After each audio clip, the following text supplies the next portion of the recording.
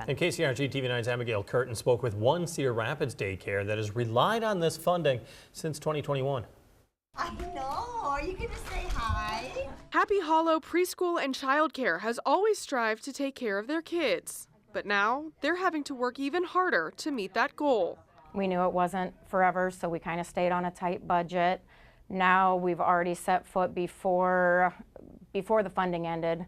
We've already contacted places about fundraisers, how some of their local restaurants do fundraising nights to help raise money. Happy Hollow received roughly between $40,000 to $60,000 in federal funding since 2021.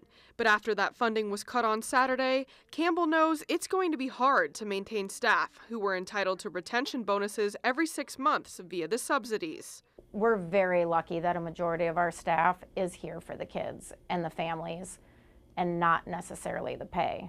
But it doesn't mean that they don't deserve it. So we would like to get them up there. In addition to compensating staff for all the work that they do, inflation has also affected their ability to stay afloat, forcing them to use every resource to the fullest, such as using scraps of construction paper for arts and crafts projects. The consumable stuff, construction paper, art supplies, things like that, we go through that quickly. We have a large center. The things that you use on a daily basis, those funds, help buy those things. But finances weren't the biggest issue one staff member was worried about. With Iowa already facing a critical workforce shortage, inadequate childcare could likely exacerbate that issue. If you have nowhere to take your children, you can't go to work. What are you going to do with your child if you can't take them to school with you or to daycare? For now, though, workers like Prenazil say that they aren't going anywhere because it's the passion, not the money, that motivates them. Those are what keeps us going. The families that walk in that door every day, it's not that paycheck, because God only knows it's the toughest job you'll ever do in your lifetime. In Cedar Rapids, Abigail Curtin, KCRG-TV9 News. Meet Gerald and Leah Dirksen. They've been playing together for decades. I think we're pretty even right now. He beat me last night.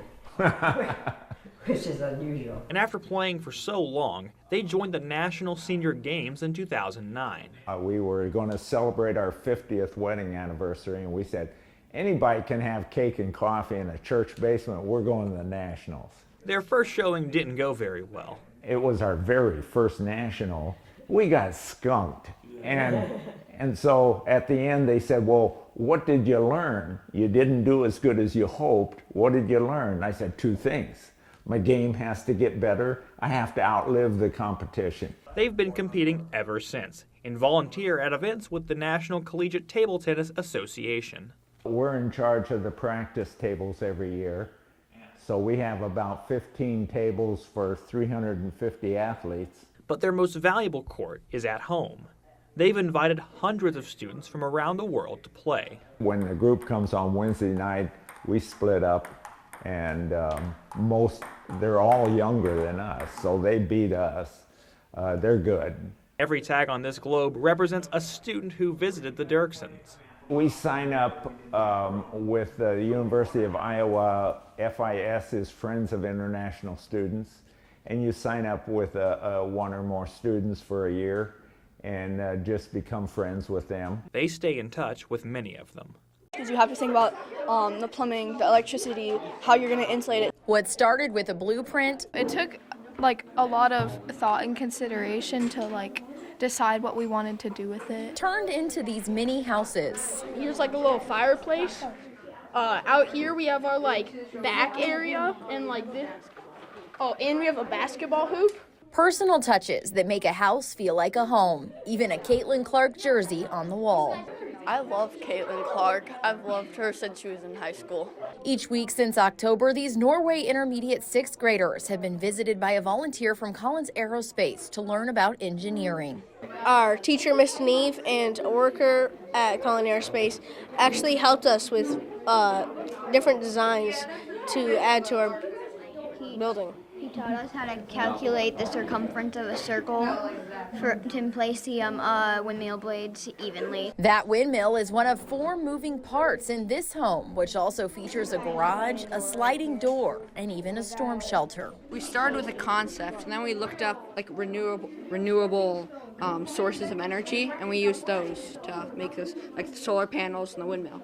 The projects are for the Build Iowa's Future contest, and they are a first for the school. Students challenge themselves too. 1 floor would have been easy, but 2 floors is kind of what I see a lot, so I thought go for 2 floors. And work together with their groups. Alexis did a lot of work on the inside and crafting things, did a lot of paint. Maggie did a lot of the exterior and picking out colors and just building extra things inside the house. And having a real engineer from Collins Aerospace on site was incredibly impactful for the students. I can tell them there are people that are engineers, but that's, somewhere else. But to have a physical person come in and get to share that he loves his job, and that's something that they can do in the future, was huge. Laying the foundation in young minds for a potential future in the field. Yeah, I plan to be an engineer. Me too. Especially like civil engineer because of this. In Norway, Kristen Rogers, KCRG-TV9 News.